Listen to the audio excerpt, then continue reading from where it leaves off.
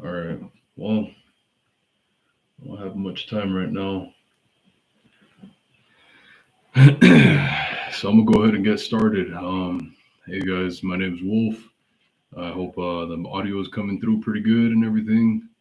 This is my very first live stream. Hopefully, we can get some people in here. Um, if you end up joining the chat and everything, please share the link with anybody you think might be interested. This is Niner Gang Wolfcast, and again, my name's Wolf.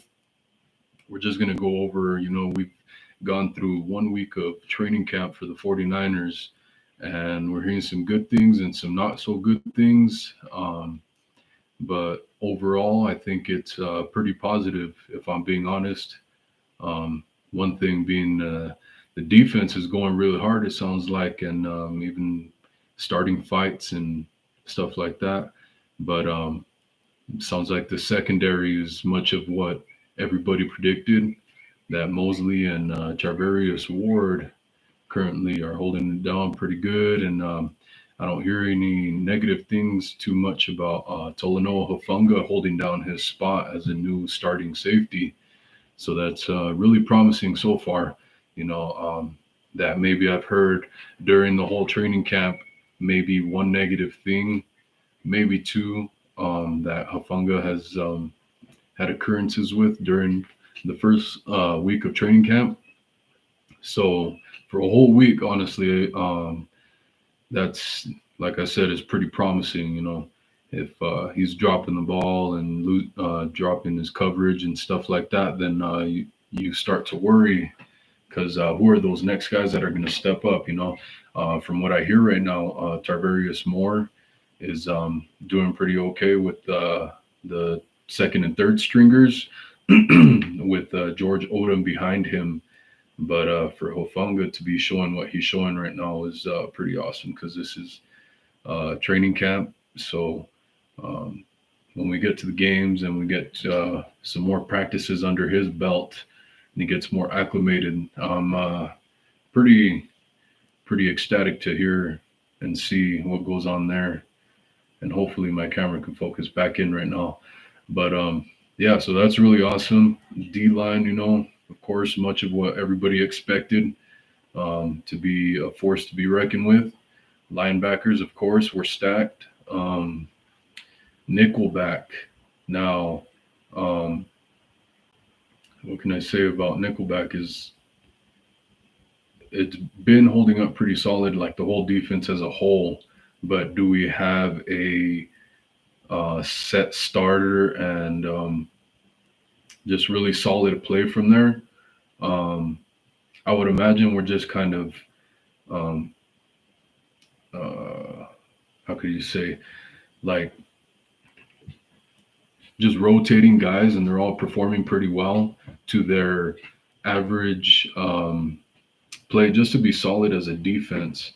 But am I hearing anything that's putting us over the top as far as that position? No, I don't think so as of right now. But Quan Williams, he was pretty much a set guy there for the past few years. So for somebody new to step in and kind of make a name for themselves, that has yet to be seen. But man, just the defense in general is looking really solid, and man, everybody's raving about it right now. So that's really cool. But really, man, really want to see Trey Lance, and there's a lot of good things coming out of there too, as far as good flashes and everything. I know the offense as a whole was having their struggles, but Trey Lance, with as great of a defense as he's playing against right now, he's showing flashes, and I've been really confident with what I saw last year, anyways. Um, if I'm being honest, like I love Jimmy Garoppolo and everything. Like I got a lot of love and respect for that guy, but man, it was super frustrating as a hardcore fan to watch what he was doing on the field, and knowing that our team could have gone further if we had somebody that wasn't holding us back so much.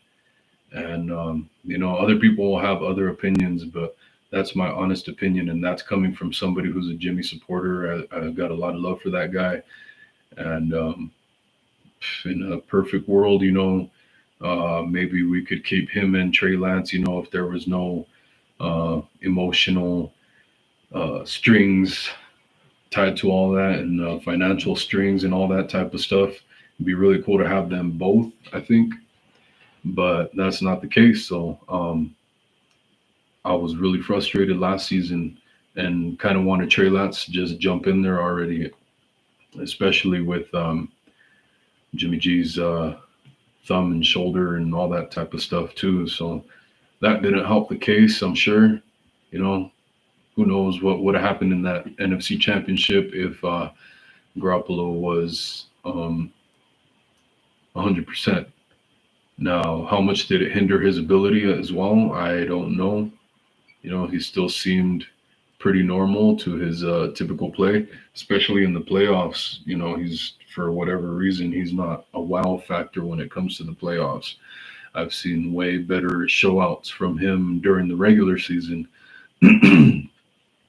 So I hope you guys feel the same way, but if not, then comment what you think. I want to get as many people going in the discussion here as we can, little by little.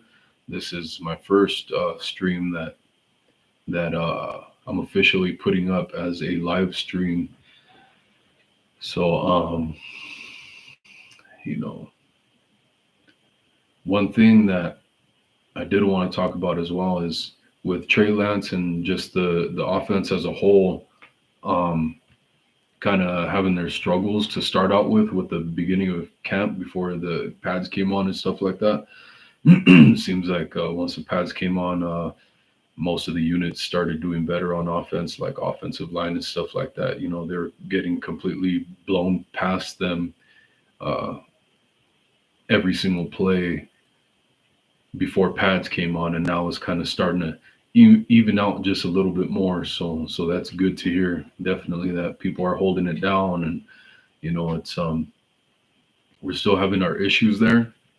The offensive line is like, as a whole, McGlinchey, you got Trent Williams. They're holding down their sides pretty much, but everything in between is like one play, one guy will mess up, and another play, maybe two other guys will mess up, or vice versa. Is just mix and match. So um, hopefully, with the reps and everything, we're going to hear some better news out of that. And but what I want to see from Trey Lance is I hope that he's continuing to keep his confidence, that he's not letting the defense get him down. And I'm pretty sure he's a confident guy. I don't think he's much of a soft-hearted kind of guy as far as getting down on himself. So that's what I want to see out of him. I hope he keeps his confidence and doesn't let this get to him as far as beating down his morale and stuff like that. But Brandon Ayuk is something that's a good example of that. A lot of reports coming out of camp were that Brandon Ayuk was basically a non-factor in the first few days. So seems like in the past 2 or 3 days, Ayuk has kind of broken onto the scene, exploded onto the scene in a way. He's making big plays. Trey Lance is throwing in really tight windows, so that's another great thing to hear. And Ayuk is making really badass contested catches, but again, it helps that Trey Lance is putting it where it needs to be as far as ball placement when he throws it, even between two defenders and whatnot. So that's really, really cool. I know that was one thing I liked about Garoppolo was, even though he make those boneheaded mistakes, man, he can zip the ball in there in some really tight spaces with anticipation and stuff like that. So that was real cool. But Lance has that down the field deep threat and just long ball accuracy as well. So it's not just quick slants that he's doing that with. He's doing posts and corner routes, out routes and stuff like that. So that's really great to see and hear. Um, hopefully I can throw some highlights and stuff in here in the next few videos. But yeah, like I said, Brandon Ayuk is really lighting things up. So that's really great to hear. Um, we got Debo, of course, but um, a lot of people speculate that Ayuk will have a breakout season, and it's starting to look that way, just as far as camp goes and everything. So that would be really great to have definitely that 1-2 punch, and then of course you got Jennings and Kittle that add to the mix. And man, when you think about it, the way I see this offense playing out is kind of like a whack-a-mole. You know, with Jimmy G, of course, we were limited to his capabilities, but with this one, I feel like a defense is going to be playing whack-a-mole with this offense, and that's kind of the analogy that I could come up with right now, in the sense that, or like, if you're in a canoe or a raft or something, and you get a hole spitting up water, and you cover that hole up, but then you got another hole over here spitting up water too, and then you just got all these holes busting out of the bottom of your raft, and you're trying to cover all of them. That's how I feel the defense is going to be when they're playing against us, as far as our regular season opponents when that comes up. So I'm really excited to see that because of course, dual threat quarterback, and he can stretch the field with his arm as far as all that throwing ability, his arm talent. And man, this run game is looking really good too. And man, we're just stacked at that running back spot, so that's great, man. What I was surprised by and what I didn't like to hear was our veteran, Jeff Wilson Jr. That's our veteran. I forget how many seasons. He's probably been with us about 5 seasons. And he was our leading rusher, back in 2020, the 2020 season, so 2 years ago. And he had a really great season that year. So for him to come into the training camp and be kind of lackluster, at least for right now, we can't count him out. But as of right now, everybody's kind of saying uh, that Jeff Wilson Jr. is kind of just in the background as far as all the running backs, which is crazy because, of course, he's the veteran and he's shown us what he could do when he's healthy. So I'm really surprised by that. I hope he can bounce back like Brandon Ayuk did. But if not, then I'm feeling really confident about our backfield. So that's pretty good, something to look forward to, anyways. So um, you know we got Mosley as well, looking really good. Charvarius Ward, of course, but you know what, man? Mosley's been a thug for us, man. He's been a great veteran and getting better and better every year, it seems like. Um, his health as well has been really good, so I hope we can continue that, man. But from what I hear, of course, Charvarius Ward, he's the new name. Everybody's got eyes on him. He's supposed to be the quarterback or cornerback one. But Mosley he's not giving that spot up, man, and he's really making a case for himself to be cornerback one. I don't know why I can't say quarterback.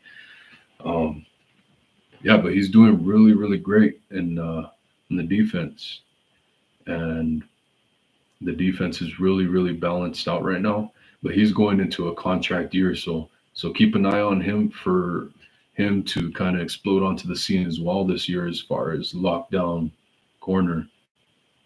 Because like I said, he's going into his contract year. He's going to want to make a big splash in the defense. He just saw Charvarius Ward's contract, and he's like, man, I've been here doing this for years already, and this guy shows up out of nowhere, and he's got this big old contract. So that's another thing we're going to have to look into. And I would, as well as Bosa, I would kind of like for the team to go in the Trent Baalke route, as far as he would lock down some of our players that might be expensive at the end of the season or so.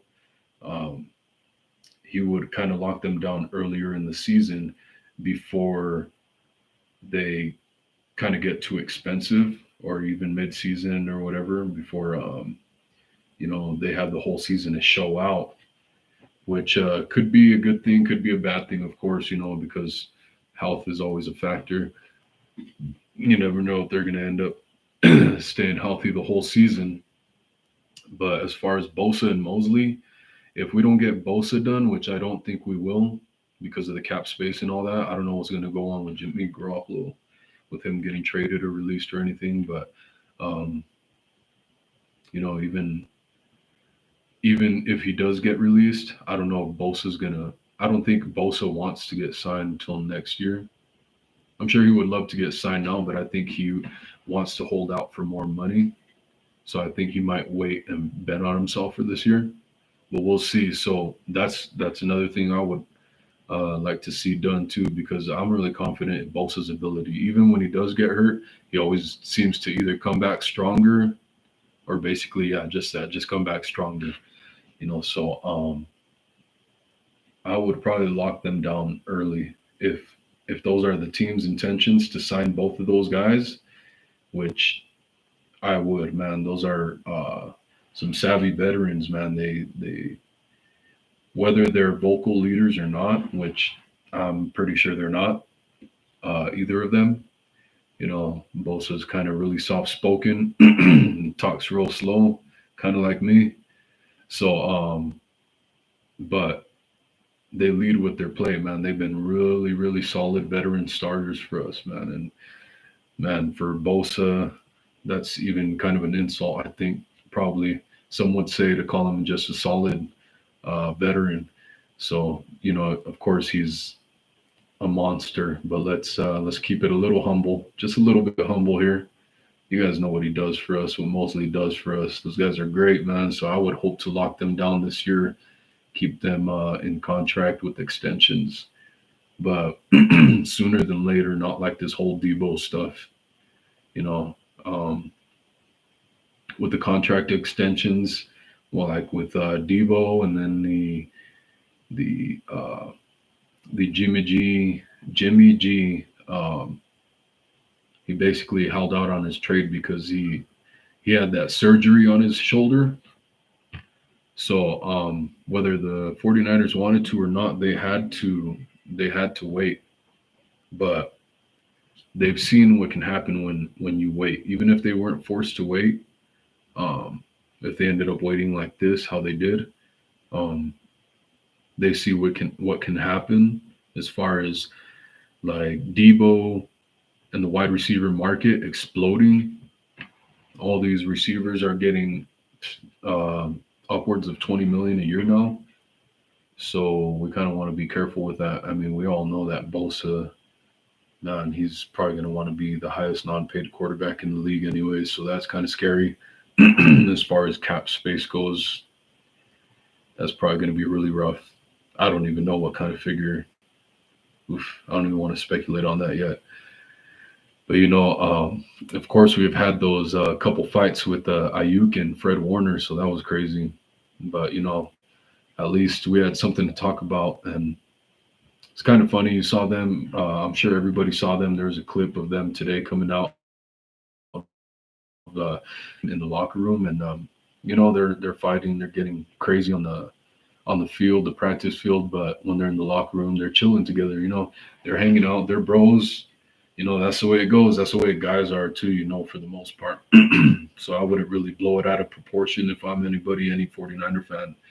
That's what happens, man. You get rough and rugged. Boxing. You have sparring matches. Even when you fight in real fights, you fight a pal or something, somebody you've trained with or whatever. You guys have a friendship. You guys have the meanest of intentions at the weigh-ins. You guys have the meanest of intentions in the fight. But as soon as that bell rings, where the fight's over and the winner is announced, or even before the winner is announced, usually after all that animosity and everything, you'd be surprised to see the two fighters hugging it out and having a lot of respect for each other. And that's kind of how football is too, and that's kind of how guys are in general. I think is you got to kind of bring that beast out of each other and everything. You got to bring the best out of yourself and compete like a warrior. But at the end of the day, we can still have that respect and love for each other. So I wouldn't blow that out of the proportion. But what I did like is that, because from the hit that Fred Warner laid on Marcus Johnson, one of the receivers, from what I heard, I didn't get to see the hit, but it looked like Marcus Johnson just ran into a brick wall, and that's kind of rough to see. What was his name? Thomas, I think Thomas from the Saints. The running back, he cracked him and he fell asleep before he even hit the ground.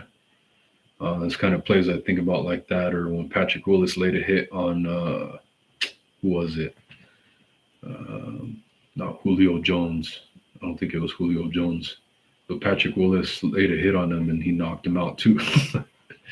So you want to be careful, man. This is training camp. We're already hearing about bad injuries all over the league and even with our own team. So we don't want our own teammates and our own players, inflicting that kind of damage and depth damage on our own team. So that's not good to see. And I'm glad that Ayuk was able to stand up for the offense and run out there and kind of help put Fred in his place. But they're probably going to continue that competition, that level of competition, whether it gets violent or not. So, but at the end of the day, it's probably going to be all love and respect, man. They're on the same team. So, you know, another thing was that, of course, JG was on the practice field. He's been on the practice field throwing around and stuff like that. He's still wearing 49ers shirts, which is crazy to hear and see. For whatever reason, I don't know why he's doing that. That's interesting. But I did also hear that him and Trey Lance are no longer following each other on Instagram, which is crazy because you hear all this talk from them, and that's one thing I don't like is when the players bullshit us like that. But if Trey Lance was bullshitting us, talking about that him and Jimmy Garoppolo were friends for life and butt buddies, I don't know. I don't know what's going on with that then, or maybe they just kind of had a falling out recently. Who knows? But that's interesting. Very interesting if they really did unfollow each other. But Jimmy Garoppolo's back there throwing. Didn't seem like he was doing anything too crazy or trying to. I don't think he wants to or wants to try to yet. Which I don't know how his shoulder feels, but I know I wouldn't. Of course, you want to warm up and kind of just feel it day by day. But yeah, he's doing that. And as if he ends up leaving the team, if he ends up getting traded or even released, I wish him the best of success. And I hope that well, one of the things I want to see from him is when I see him compete on another team, I want to see him be able to be with a coach that's going to let the reins off of him. And Kyle Shanahan is known to be a control freak. RG3 said it in an interview how Kyle Shanahan just wants to have a hand in every single little part of the offense, every single little part of what you're going to do, like a Madden controller,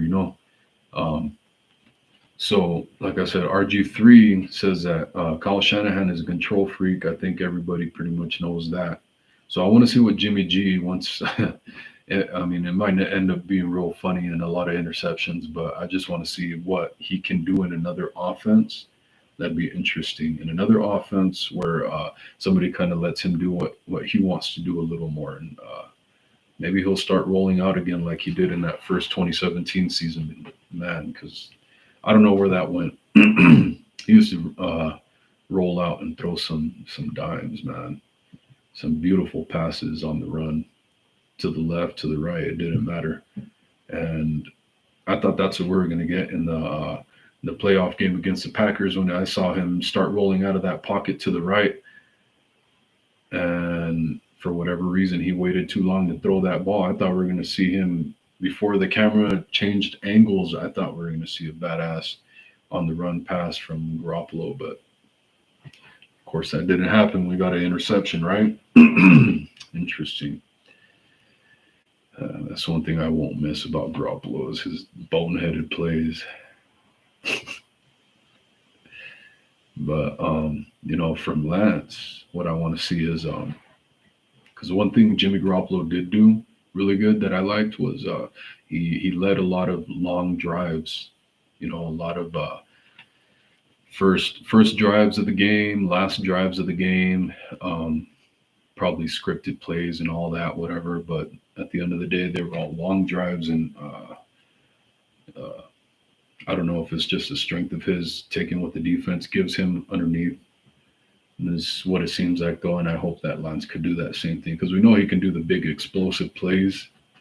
He's an X factor as far as being a dual threat and everything, but I want to see him be able to put those long drives together, kind of articulate those and 2-minute drives if we have to. I don't want to be in too many 2-minute drive situations. If any, I just want to blow teams out, right? That'd be really great to see. And honestly, with the way the defense is playing and what I know this offense can do as long as everybody stays healthy, man, I think we definitely got the potential to blow a lot of teams out. So that's really, really exciting to be looking forward to this season, of course. But as far as Kyle Shanahan being a control freak, that's another thing I want to see from Trey Lance. I want to see, can he kind of take that away from Kyle Shanahan and kind of, in a way, stick the middle finger up to him and say, hey, man, I'm going to do what I got to do to make a play. I know you said the read goes over here. You want me to throw it over here after so many drop steps or whatever. But I would like for him to kind of just do his own thing and be natural with it as well, as long as it results in positive play. But man, if he could do that and kind of frustrate Kyle, but make a good thing at the end of it, that'd be cool. But yeah, man, we got those injuries. We got Jordan Matthews, man. That was tough.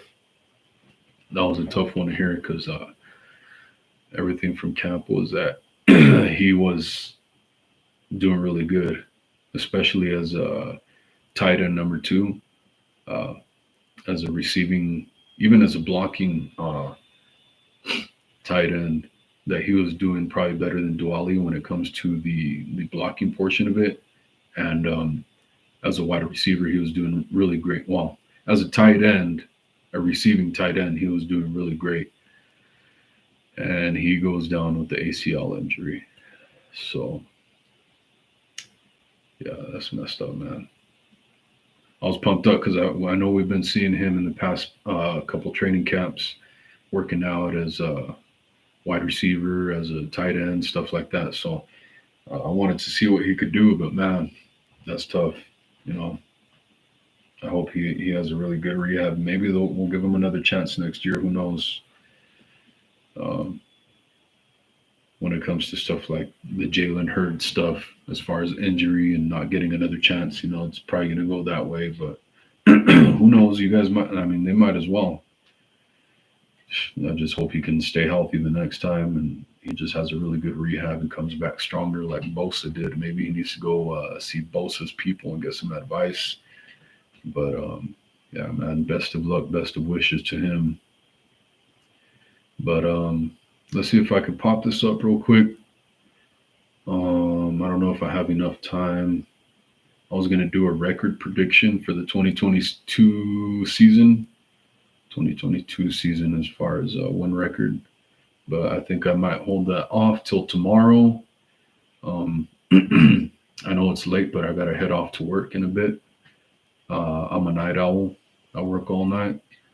But for whoever watches this video, I appreciate you. Please share it and continue to tune in. Please subscribe and like the video, guys. Please. The more people we can get in here and add to the discussion is going to add more interesting. I know it gets kind of boring to just listen to me sometimes, especially since the way I talk. But yeah, guys, I appreciate you guys. This is Niner Gang Wolf Cast, and this is Wolf signing out on the 49ers Niner Gang Wolfcast podcast. Thank you.